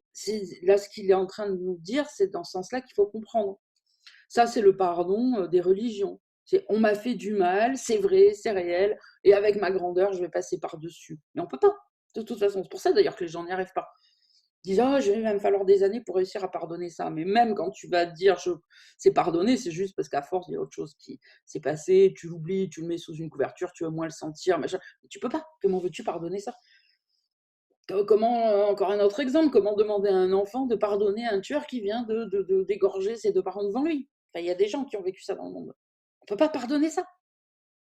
Par contre, on peut se souvenir que c'est pas vrai que ça s'est jamais produit, que non, qu'on ne fait l'expérience que du symbole. Ce n'est qu'un symbole de toute la haine qu'il y a dans notre esprit, de toute la croyance en la mort, en la méchanceté, en la haine, etc. C'est ça le pardon. Donc je relis, parce que là, il nous l'explique très bien. Voilà, le pardon est toujours justifié car il a un fondement sûr. Tu ne pardonnes pas l'impardonnable, pas plus que tu ne passes sur une attaque réelle qui appellerait une punition. Le salut ne consiste pas à te demander d'avoir des réponses contre nature qui sont inappropriées à ce qui est réel. Plutôt, il demande simplement que tu répondes d'une manière appropriée à ce qui n'est pas réel, en ne percevant pas ce qui ne s'est pas produit. Si le pardon était injustifié, il te serait demandé de sacrifier tes droits lorsque tu rends le pardon pour l'attaque. Mais il t'est simplement demandé de voir le pardon comme la réaction naturelle à la détresse qui repose sur l'erreur et ainsi appelle à l'aide. Le pardon est la seule réponse saine. Il empêche que tes droits soient sacrifiés. Cette compréhension est le seul changement qui laisse le monde réel s'élever pour prendre la place des rêves de terreur. La peur ne peut pas surgir à moins que l'attaque ne soit justifiée. Et si elle avait un fondement réel, alors le pardon n'en aurait pas. Le monde réel est atteint quand tu perçois que la base du pardon est tout à fait réelle et pleinement justifiée. Quand tu le considères comme un don injustifié, il doit soutenir la culpabilité que tu voudrais pardonner. Un pardon injustifié est une attaque. Et voilà tout ce que le monde peut jamais donner. Il pardonne parfois aux pécheurs, mais en restant conscients qu'ils ont péché. Ainsi, ils ne méritent pas le pardon qu'ils donnent.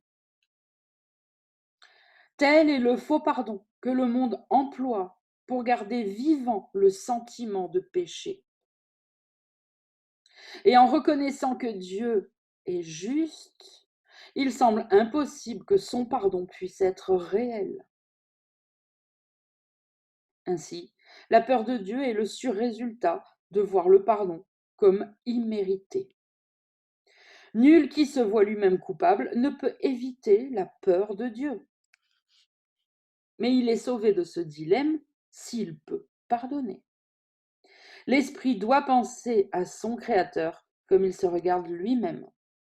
Et si tu peux voir que ton frère mérite le pardon, tu as appris que tu as droit au pardon autant que lui.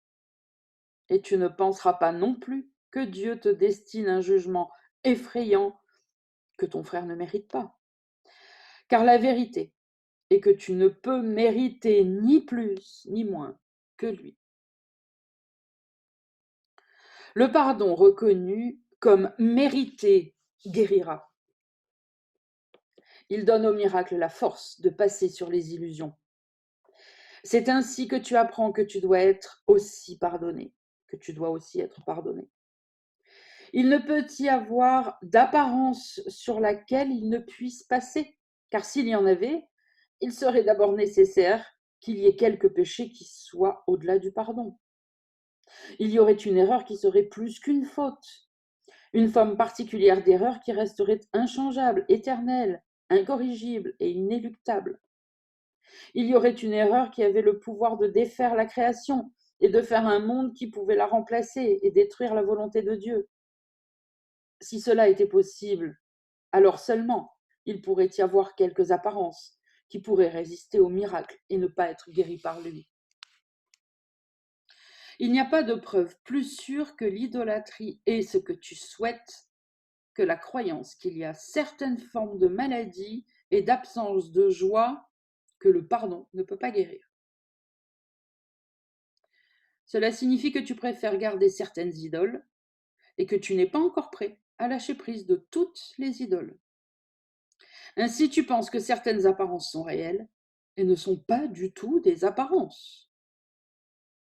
Ne te trompe pas sur la signification d'une fixe croyance, voulant qu'il soit plus difficile de regarder passer certaines apparences que d'autres. Cela signifie toujours que tu penses que le pardon doit être limité. Et tu t'es donné comme but un pardon partiel et une évasion limitée hors de la culpabilité. Qu'est-ce que cela peut être, sauf un faux pardon de toi-même et de chacun de ceux qui semblent être à part de toi? Il doit être vrai que le miracle peut guérir toute forme de maladie ou il ne peut pas guérir. Son but ne peut pas être de juger quelles formes sont réelles et quelles apparences sont vraies. Si une apparence doit rester à part de la guérison, une illusion doit être à part de la vérité. Et tu ne pourrais pas échapper à toute la culpabilité, mais seulement à une partie. Tu dois pardonner au Fils de Dieu entièrement. Ou alors tu garderas une image de toi qui n'est pas entière. Et tu continueras à avoir peur de regarder au-dedans et de trouver là ton évasion de chaque idole. Le salut repose sur la foi en ce qu'il ne peut y avoir certaines formes de culpabilité que tu ne peux pas pardonner. Ainsi, il ne peut y avoir d'apparence qui ait remplacé la vérité au sujet du Fils de Dieu. Regarde ton frère avec le désir de le voir tel qu'il est, et ne garde aucune partie de lui en dehors de ton désir qu'il soit guéri. Guérir, c'est rendre entier. Or, ce qui est entier ne peut avoir de parties manquantes qui ont été gardées en dehors. Le pardon dépend de reconnaître cela et de se réjouir qu'il ne puisse y avoir certaines formes de maladie que le miracle n'a pas le pouvoir de guérir. Le Fils de Dieu est parfait ou il ne peut pas être le Fils de Dieu. Allez, un gros coup de stabilo sur celle-là. Le Fils de Dieu est parfait ou alors il ne peut pas être le Fils de Dieu. Et tu ne le reconnaîtras pas si tu penses qu'il ne mérite pas l'évasion hors de la culpabilité sous toutes ses conséquences et sous toutes ses formes. Il n'y a pas d'autre façon que celle-ci de penser à lui, et si tu veux connaître la vérité à ton sujet. Je te remercie, Père, de ton Fils parfait et en sa gloire. Je verrai la mienne. Voilà le joyeux énoncé de ce qu'il n'y a pas de forme de mal qui puisse triompher de la volonté de Dieu. L'heureuse admission de ce que la culpabilité n'a pas réussi par ton souhait à rendre les illusions réelles. Or, qu'est-ce que cela? Sauf un simple énoncé de la vérité. Regarde ton frère avec cet espoir en toi, et tu comprendras qu'il ne pouvait pas commettre une erreur qui pouvait changer la vérité en lui. Il n'est pas difficile de passer sur des erreurs auxquelles aucun effet n'a été donné. Mais ce que tu vois comme ayant le pouvoir de faire une idole du Fils de Dieu, tu ne le pardonneras pas, car il est devenu pour toi une image sculptée et un signe de mort. Est-ce là ton sauveur? Est-ce que son père se trompe au sujet de son fils? Ou t'es-tu trompé sur celui qui t'a été donné à guérir pour ton salut et ta délivrance?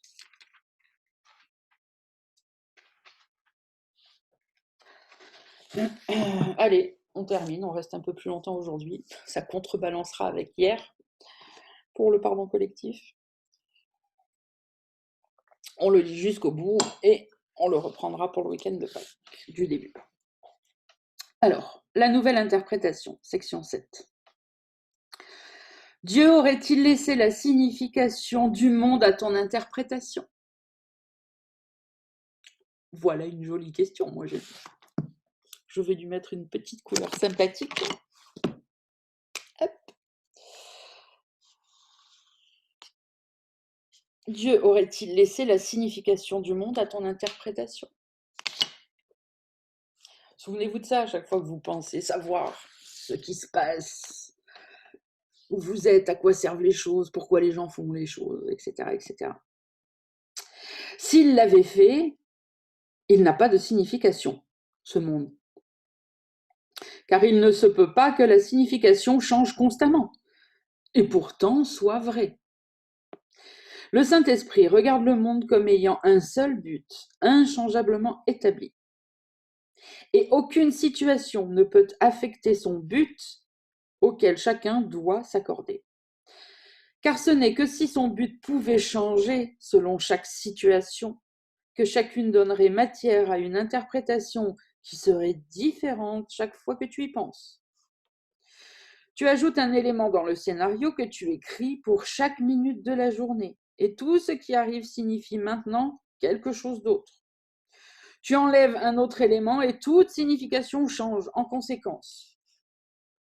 Que reflètent tes scénarios, sauf tes plans, pour ce que ta journée devrait être?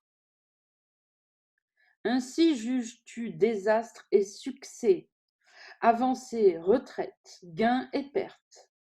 Ces jugements sont tous faits conformément au rôle que le scénario assigne.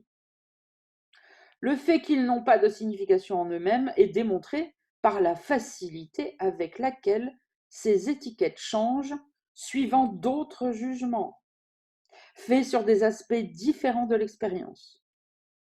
Et alors, en regardant en arrière, tu penses voir une autre signification dans ce qui s'est produit plus tôt. Qu'as-tu fait réellement, sauf montrer qu'il n'y avait pas de signification? Mais tu as assigné une signification à la lumière de buts changeants, toute signification variant à mesure qu'il change. D'ailleurs, je prends un exemple, c'est exactement l'exemple parfait en ce moment, puisque l'ego spirituel, adore tout récupérer et que tous ceux qui sont sur une voie qui ne suivent pas exactement les règles tombent dans l'ego spirituel. Voilà. Parce que l'ego, gros lourdeau avec ses grosses pattes velues, tout le monde comprend que c'est le diable et qu'il ne faudrait pas le suivre et que ce serait bien de ne pas le suivre parce que ça paraît logique que si on veut suivre Dieu, on ne peut pas faire ça. Mais l'ego spirituel, bon. Donc, là, au vu de tous ces changements, voilà, on change de signification en fonction des changements. Donc, je vous le fais très court. Le virus machin, là, je ne sais plus comment il s'appelle. Donc, au départ, il arrive. Oh, mon Dieu, c'est une catastrophe. Et maintenant, ça commence à se transformer dans l'esprit de chacun. Ah, mais c'est un bien pour un mal. Parce que vous allez voir, le monde va se retourner, les gens vont commencer à penser différemment, on va arrêter la société de consommation, bon, bla, bla, bla, bla. Voilà. En fonction des idées, des émotions, des circonstances, des machins, de machins à dit, de trucs, hop, on redonne une autre signification. C'est ce qu'il est en train de nous expliquer là. Voilà. Après coup, finalement, maintenant, clac. Et puis, dans 15 jours, ça sera peut-être encore autre chose. Puis, dans 15 jours, encore autre chose. Les choses ont une signification ou n'en ont pas. C'est ce qu'il est en train de nous dire.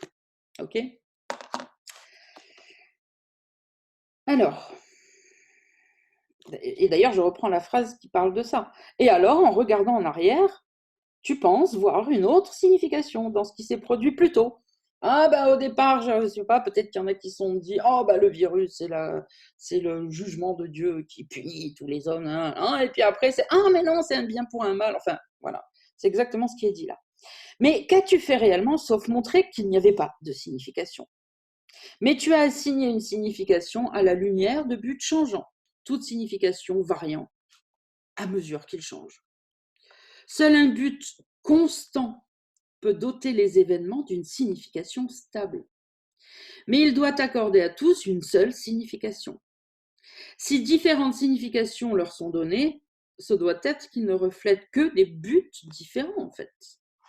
Et c'est là toute la signification qu'ils ont. Cela peut-il être la signification? La signification peut-elle signifier la confusion? La perception ne peut pas être en constante fluctuation tout en tenant compte d'une stabilité de la signification, où que ce soit. La peur est un jugement qui n'est jamais justifié. Sa présence n'a pas de signification, si ce n'est pour te montrer que tu as écrit un scénario effrayant et que tu as peur, conséquemment. Mais ce n'est pas parce que la chose dont tu as peur a un sens effrayant en elle-même. Un but commun est le seul moyen par lequel la perception peut être stabilisée et par lequel une seule interprétation peut être donnée au monde, à toutes les expériences ici. Dans ce but partagé, un seul jugement est partagé par chacun et chaque chose que tu vois.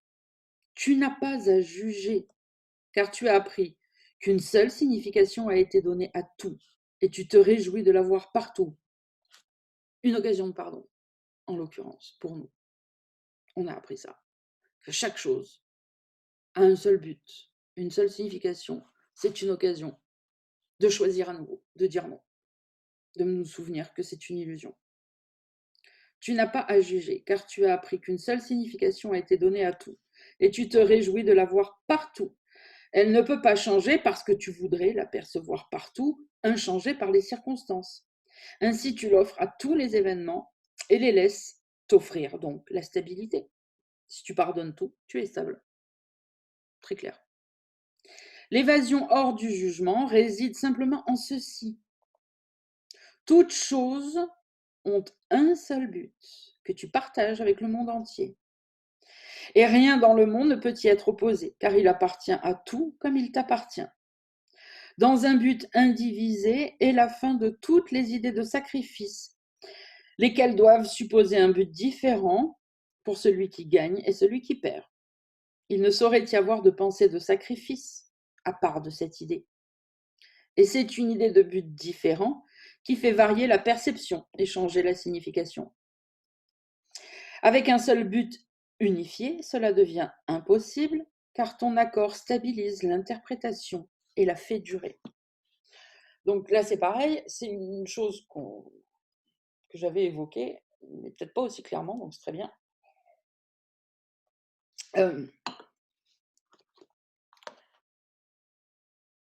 À la chute de notre esprit, à l'endormissement de notre esprit, si vous voulez, mais à la chute, hein, dans ce qui est expliqué dans Avant le commencement, on comprend bien que la chute illusoire, hein, bon, que le monde est notre ingénieuse cachette, ok? C'est là où on va se cacher de Dieu parce qu'on est coupable d'avoir fait une chose horrible. Donc le but du monde, c'est d'oublier Dieu, c'est de ne pas se souvenir de lui, c'est de fabriquer des rêves, c'est de rester endormi, blablabla. Bla bla. Mais le Saint-Esprit, à cette même seconde, a donné la réponse que Dieu lui a demandé de donner et a transformé instantanément le but du monde. Donc, selon l'ego, le but du monde, c'est de rester endormi, blabla, tout ce que j'ai dit avant, je ne vais pas le redire. Et selon le Saint-Esprit, qui a donné un nouveau but, c'est un endroit où tu vas avoir toutes les occasions de pardon pour te réveiller et pour rentrer à la maison. Il n'y a que ces deux buts que vous pouvez suivre. Soit l'un, soit l'autre. C'est ce qu'il est en train de nous dire là. Et de là et la stabilité, en fait. D'ailleurs, j'ai envie de dire, quand on suit l'ego, la stabilité au malheur, on l'a. Hein. Même si en soi, ce terme ne veut rien dire. C'est un non-sens. Mais ça, pour être malheureux toute notre vie, il n'y a pas de problème. C'est stable. On est malheureux tout le temps. Quand tu fais un rêve heureux, la stabilité, c'est OK. Chaque chose sont là. Pourquoi? Pour que je les pardonne. Et après, comme il l'a dit tout à l'heure, je reçois des compréhensions, des fois plus personnelles, des machins qui s'ouvrent, OK, pas de problème, pour voir nos croyances fausses, c'est ce qu'on fait sur le groupe, etc., etc. Mais la première et la seule raison, c'est pourquoi c'est là? Pour que je le pardonne. Pourquoi je vis ça? Pour que tu le pardonnes. Parce que si tu le vis, c'est que tu ne l'as pas pardonné avant. Quand ça sera pardonné, tu ne le revivras plus.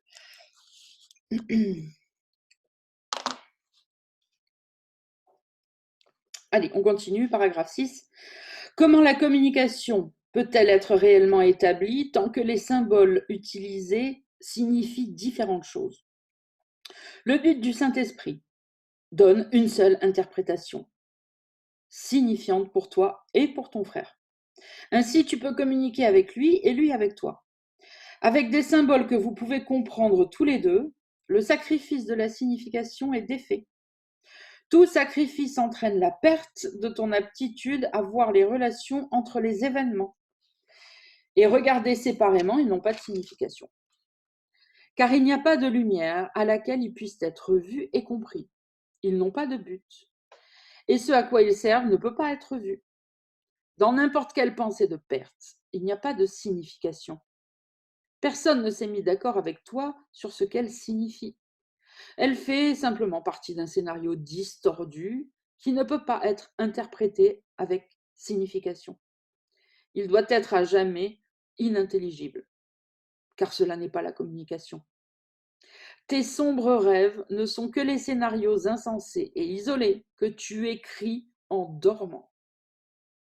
Ne cherche pas une signification en des rêves séparés. Seuls les rêves de pardon peuvent être partagés. Ils signifient la même chose pour vous deux. N'interprète pas à partir de la solitude, car ce que tu vois ne signifie rien. Ce que cela représente variera, et tu croiras que le monde est un lieu incertain où tu marches en danger et en incertitude. Ce ne sont que tes interprétations qui manquent de stabilité, car elles ne s'accordent pas avec ce que tu es réellement. C'est un état qui semble si dangereux que la peur doit surgir. Ne continue pas ainsi, mon frère. Nous avons un interprète. Et par son usage des symboles, nous sommes joints, de sorte qu'ils signifient la même chose pour nous tous. Notre langage commun nous permet de parler à tous nos frères et de comprendre avec eux que le pardon nous a été donné et qu'ainsi nous pouvons communiquer à nouveau. Bon, ça méritera d'être développé plus tard. Allez, dernière section et on finit le chapitre pour ce premier jet, juste pour recevoir tout ce qui est dit dans ce chapitre.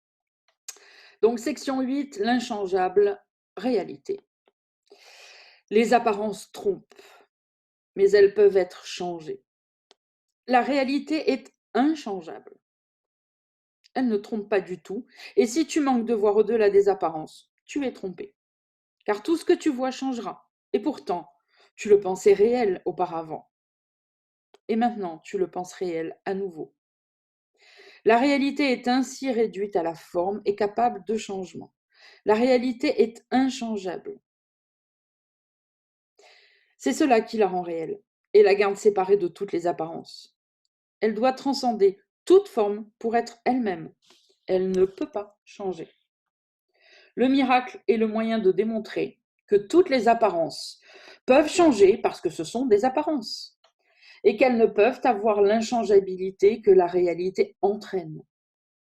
Le miracle atteste que tu es sauvé des apparences en montrant qu'elles peuvent changer. Il y a en ton frère une inchangibilité qui est au-delà à la fois de l'apparence et de la tromperie. Elle est obscurcie par les vues changeantes de lui que tu perçois comme étant sa réalité. Le rêve heureux à son sujet prend la forme de l'apparence d'une parfaite santé, d'une parfaite délivrance de toutes les formes de manque et d'être à l'abri des désastres de toutes sortes. Le miracle est la preuve qu'il n'est lié par aucune forme de perte ou de souffrance, parce qu'elles peuvent si facilement être changées. Cela démontre qu'elles n'ont jamais été réelles et qu'elles ne pouvaient pas provenir de sa réalité, car celle-ci est inchangeable et n'a pas d'effet qui puisse être altéré par quoi que ce soit au ciel ou sur la terre. Mais l'irréalité des apparences est démontrée parce qu'elles changent. Qu'est-ce que la tentation, sinon un souhait de rendre les illusions réelles? Cela ne semble pas être le souhait qu'aucune réalité ne soit. Or, c'est l'assertion que certaines formes d'idoles ont un puissant attrait et qu'il est donc plus difficile de résister à celle-là qu'à celle que tu ne voudrais pas réelle. La tentation, donc, n'est rien de plus que ceci. Une prière pour que le miracle ne touche pas certains rêves, mais qu'ils gardent leur réalité, leur irréalité, obscurcie, et leur donne plutôt réalité. Et le ciel ne donne pas réponse à la prière. Pas plus qu'un miracle ne peut être donné pour guérir les apparences qui ne te plaisent pas. Tu as établi des limites. Ce que tu demandes t'est donné, mais point de Dieu qui ne connaît pas de limites. Tu t'es limité toi-même. La réalité est inchangeable. Les miracles ne font que montrer que ce que tu as interposé entre la réalité et ta conscience est irréel et n'interfère pas du tout. Le coût de la croyance qu'il doit y avoir certaines apparences qui sont sans espoir de changement et que le miracle ne peut pas venir de toi avec constance. Car tu as demandé qu'il soit privé du pouvoir de guérir tous les rêves. Il n'est pas de miracle que tu ne puisses avoir quand tu désires la guérison, mais il n'est pas de miracle qui puisse t'être donné à moins que tu ne le veuilles, que tu ne la veuilles, la guérison. Choisis ce que tu voudrais guérir. Et à celui qui donne tous les miracles, la liberté n'a pas été donnée d'accorder ses dons au Fils de Dieu. Lorsqu'il est tenté, il nie la réalité. Et il devient l'esclave volontaire de ce qu'il a choisi à la place. Parce que la réalité est inchangeable, un miracle est déjà là pour guérir toutes choses qui changent et te les offrir à voir sous une forme heureuse, dépourvue de peur. Il te sera donné de regarder ton frère ainsi, mais pas tant que tu voudras qu'il en soit autrement à certains égards. Car cela signifie seulement que tu ne voudrais pas qu'il soit guéri et entier. Le Christ en lui est parfait. Est-ce cela que tu voudrais regarder? Qu'il n'y ait donc pas de rêve à son sujet que tu préférais voir au lieu de cela? Et tu verras le Christ en lui, parce que tu le laisses venir à toi. Et quand il sera apparu, tu seras certain d'être comme lui, car il est inchangeable en ton frère et en toi. C'est cela que tu verras quand tu auras décidé qu'il n'y a pas une seule apparence que tu voudrais maintenir à la place de ce que ton frère est réellement. Ne laisse pas la tentation de préférer un rêve permettre à l'incertitude d'entrer ici.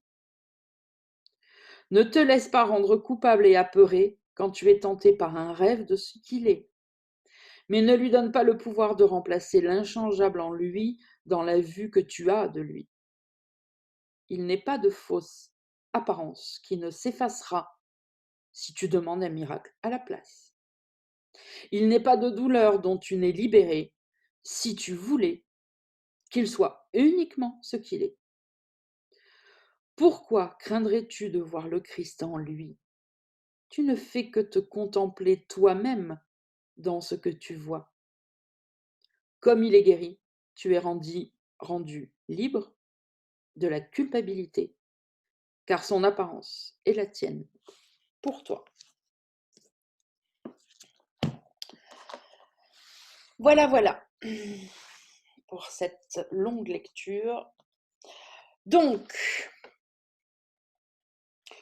n'hésitez pas à reprendre des lectures perso, hein, pour tous ceux qui nous suivent sur YouTube, parce que dimanche prochain, donc il n'y a pas de lecture, je le redis, il y a un week-end d'éveil dans le groupe, mais nous serons de retour le vendredi 10, c'est ça? Ouais, le vendredi saint. Bon, à la même heure, hein, toujours 17h, on ne change rien. Vendredi, samedi, dimanche, lundi de Pâques, tous les jours à 17h. On reprendra ce chapitre en commençant par les règles pour la décision et en le travaillant, en le décortiquant. Bref, j'ai envie de vous dire, maintenant que je le regarde de plus près, le Saint-Esprit vous offre à tous un week-end d'éveil. Et un méga week-end d'éveil sur 4 jours. Ouh. Voilà, je vous embrasse tous. Prenez soin de votre esprit, toujours d'abord, et suivez les règles. Apprenez à suivre les règles. Restez chez vous, ne sortez pas. À bientôt.